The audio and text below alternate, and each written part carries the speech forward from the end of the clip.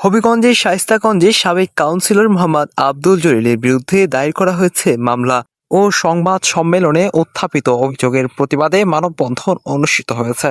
মঙ্গলবার বিকাল 4টায় শায়েস্তাগঞ্জে দাউদনগর বাজারে শায়েস্তাগঞ্জ পৌরবাসী ব্যানারে আয়োজিত এই কর্মসূচিতে স্থানীয় গণ্যমান্য ব্যক্তি, রাজনৈতিক নেতাকর্মী, ব্যবসায়ী, যুব সমাজ সহ বিভিন্ন শ্রেণী পেশার মানুষ অংশ নেন।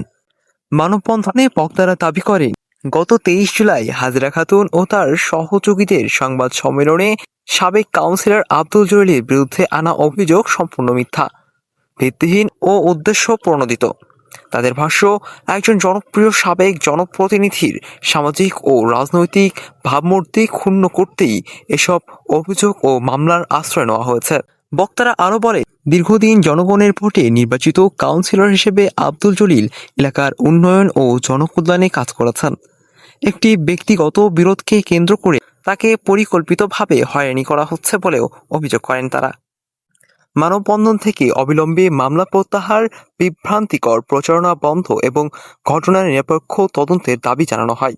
একই সঙ্গে প্রশাসনের প্রতি সুষ্ঠু তদন্তের মাধ্যমে প্রকৃত ঘটনা উদ্ঘাটন এবং প্রয়োজনীয় আইনগত ব্যবস্থা নেওয়ার আহ্বান জানান অংশগ্রহণকারীরা। মানববন্ধন শেষে অংশগ্রহণকারীরা শান্তিপূর্ণভাবে কর্মসূচি শেষ করেন। তবে দাবি পূরণ না হলে ভবিষ্যতে আরও বৃহত্তর শান্তিপূর্ণ কর্মসূচির ঘোষণা দেওয়া হবে বলেও জানান তারা। আব্দুল আল জাকারিয়া, ডেস্ক নিউজ, চেকপোস্ট।